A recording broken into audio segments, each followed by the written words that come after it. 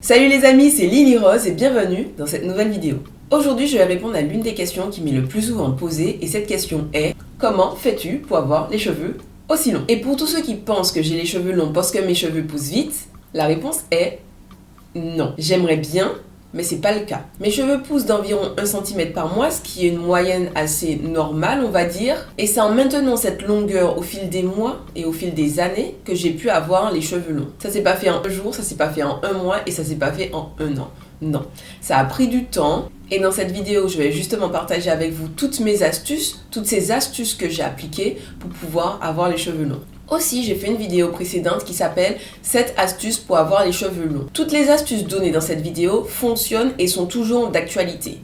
Par contre, dans cette vidéo, je donnais les 7 astuces principales, alors que dans cette vidéo, je vais donner tout ce que j'applique sans exception. En appliquant les conseils que je vais vous donner dans la vidéo d'aujourd'hui, vous serez capable de faire pousser des cheveux pour avoir des cheveux longs et en bonne santé. Allez, c'est parti. La première astuce pour avoir des cheveux longs, c'est de bien hydrater ses cheveux. Je le répète à nouveau dans cette vidéo, mais c'est très important.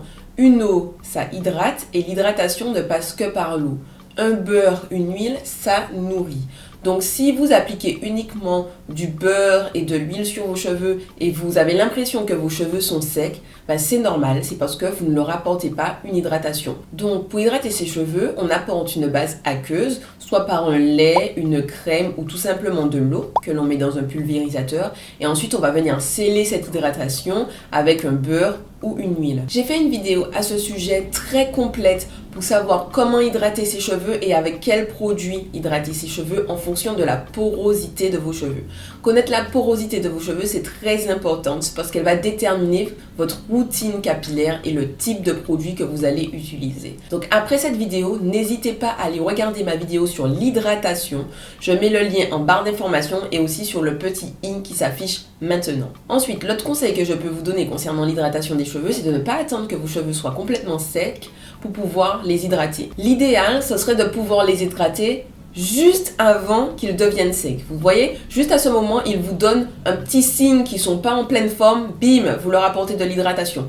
Comme ça, ils ne se dessèchent jamais. Et un cheveu qui se dessèche jamais, il est moins abîmé, donc il est moins sensible à la casse, donc il pousse plus rapidement. Enfin, il pousse pas plus rapidement, mais il se casse moins, donc du coup, vous gardez votre longueur. La deuxième astuce que je donne pour avoir les cheveux longs, c'est de couper les pointes régulièrement. Et je sais, quand vous avez envie d'avoir les cheveux longs, vous vous dites j'ai surtout pas envie de les couper, tout simplement parce que ça va à l'encontre de ce que vous voulez. Il faut savoir que les cheveux s'abîment de manière générale et les pointes s'abîment beaucoup. Si vous ne coupez pas vos pointes, voici ce qui se passe. Elles s'abîment, vous avez des fourches, les fourches montent tout le long de vos cheveux et abîment les longueurs.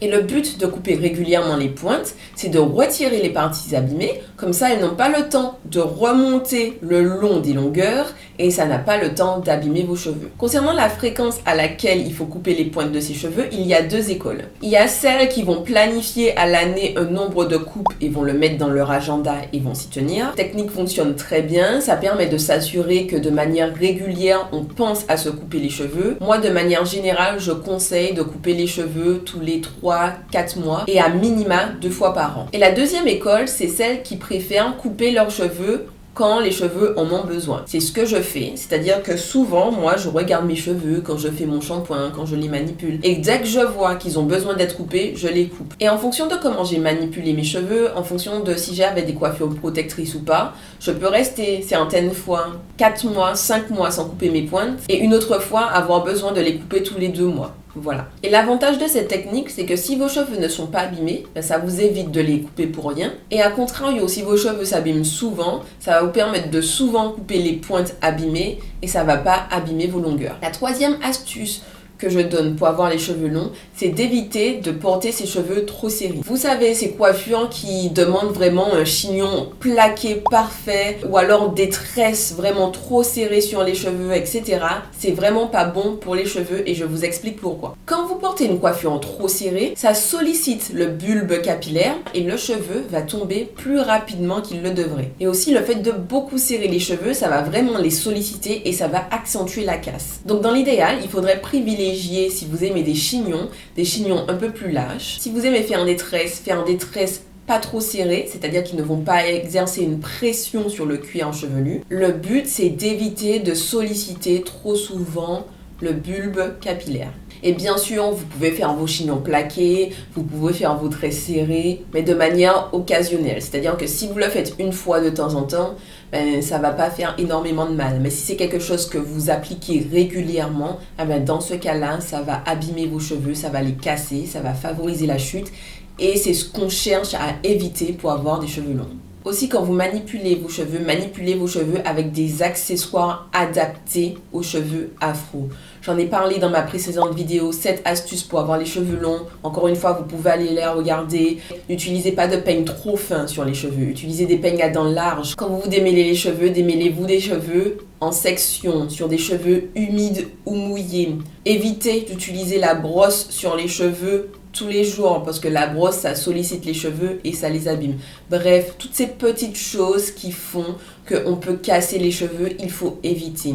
Ne manipulez pas vos cheveux aussi quand vous êtes pressé. Vous savez, vous êtes là, vous êtes énervé, vous êtes pressé, vous avez un truc à faire, vous manipulez vos cheveux. Non, il faut pas faire ça parce que quand on fait ça, on se connaît, on est un peu énervé, on est un peu pressé, on risque de casser les cheveux. Donc par exemple, si vous devez vous coiffer pour aller au boulot le lendemain, je vous conseille de préférence de vous coiffer la veille au soir, de faire votre petit chignon ou votre petite coiffure, de mettre un foulard, d'aller dormir. Comme ça, le lendemain, quand vous êtes pressé, la seule chose que vous avez à faire, c'est tout simplement retirer votre foulard et vous n'êtes pas en train de manipuler vos cheveux dans la précipitation. L'autre astuce que je donne pour avoir les cheveux longs, c'est de laver vos cheveux. Oui. Il faut laver ses cheveux.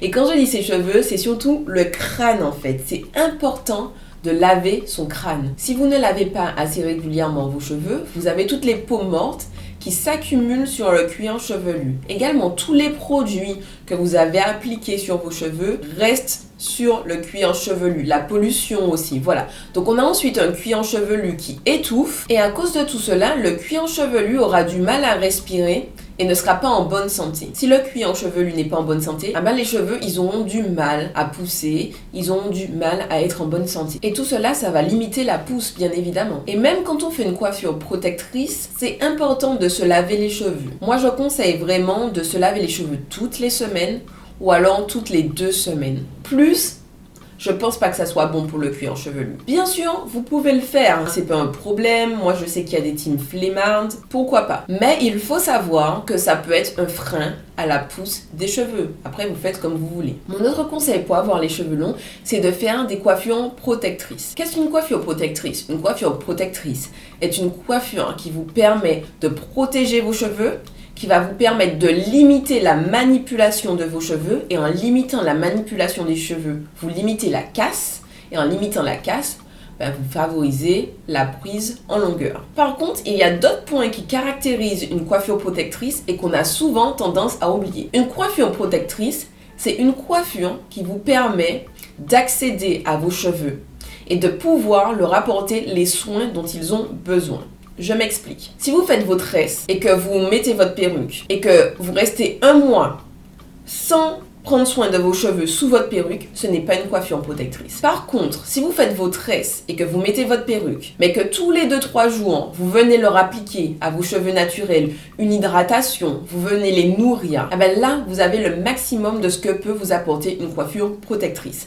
Parce que vous ne manipulez pas vos cheveux et vous leur donnez accès aux soins dont ils ont besoin. Aussi, quand vous avez votre coiffure protectrice, pensez à vous laver le cuir chevelu. Vous pouvez garder votre coiffure protectrice 1 mois, plus d'1 mois même, mais il est important de se laver le crâne. Comme je l'ai expliqué avant, vous avez les peaux mortes, vous avez les produits que vous allez appliquer, parce que c'est important de les hydrater, de les nourrir, vos cheveux, pendant ces 1 mois. Si vous ne lavez pas votre crâne, la pousse va se faire, bien sûr, mais elle va pas se faire de manière optimale. Et la coiffure protectrice, elle est là pour vraiment tout apporter à nos cheveux pour qu'ils soient dans le meilleur des mondes. L'autre conseil que j'ai à vous donner pour avoir les cheveux longs, c'est de laisser vos cheveux sécher sous forme étirée. Je m'explique. j'explique. Après votre shampoing et votre soin profond, il est important de faire des tresses, des nattes ou même des vanilles pour laisser sécher vos cheveux. Si vous ne faites pas ça, ça va favoriser les nœuds, ça va favoriser les single knots. Vous savez, les single knots, c'est quand votre cheveu fait un nœud sur lui-même. C'est très fréquent sur les cheveux crépus et les cheveux frisés parce qu'ils s'entortillent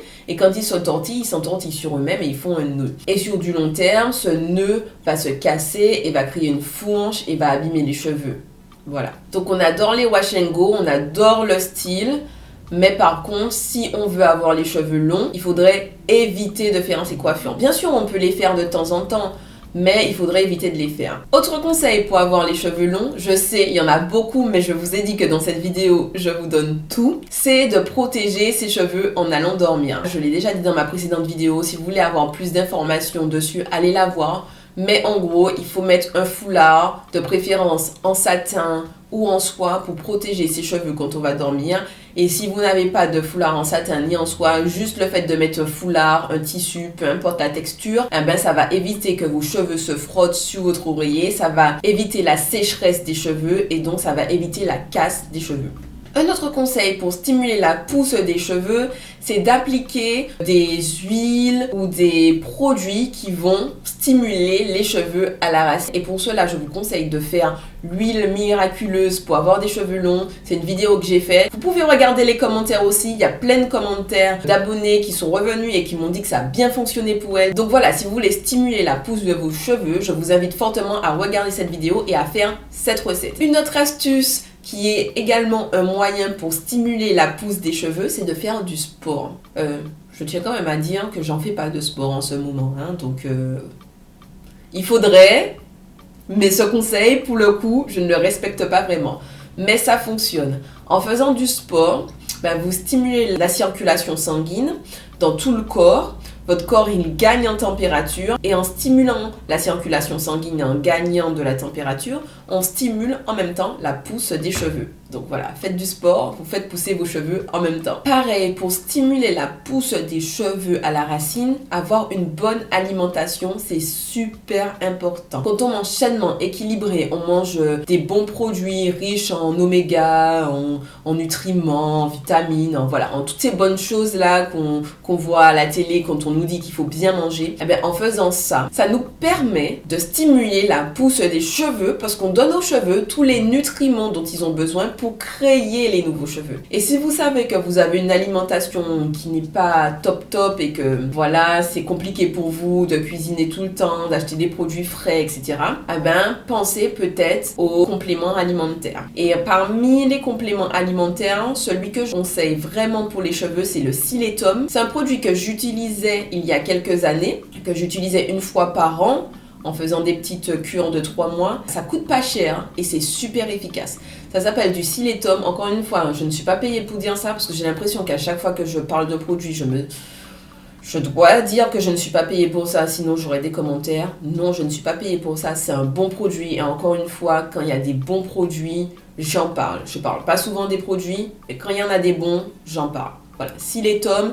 Si vous voulez prendre un complément alimentaire pour vos cheveux, je vous conseille vraiment. Il y a aussi d'autres moyens qui permettent de stimuler la pousse des cheveux. Vous pouvez ajouter dans votre shampoing quelques gouttes d'huile essentielle. Donc je vous invite à aller regarder sur internet le type d'huile essentielle qui permet de stimuler la pousse. Et à chaque shampoing, ajoutez 4 gouttes d'huile essentielle dans votre shampoing. Vous allez voir, ça va stimuler la pousse de vos cheveux. Enfin, mon dernier conseil pour avoir les cheveux longs, c'est de faire attention à la nature des produits que vous utilisez dans vos cheveux. Si vous voyez que vous appliquez tous ces conseils, c'est-à-dire que vous faites attention quand vous manipulez vos cheveux, vous les hydratez, vous lavez bien votre cuir chevelure, vous les protégez, vous mettez votre foulard quand vous allez dormir, bref, vous appliquez tout, et que malgré ça, vos cheveux, ils ne poussent pas, ils se cassent, pensez à regarder les produits que vous utilisez. Peut-être que vous faites une allergie à ces produits.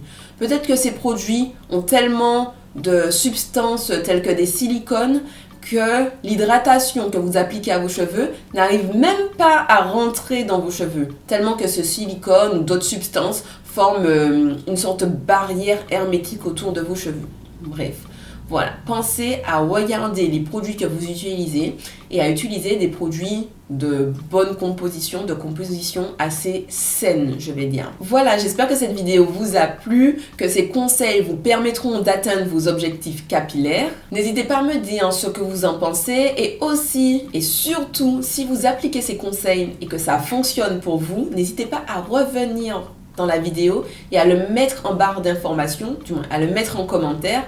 Ça permettra aux nouvelles qui regardent la vidéo et qui regardent les commentaires aussi de savoir si ça fonctionne. En attendant, je vous souhaite de passer une bonne journée, une bonne soirée.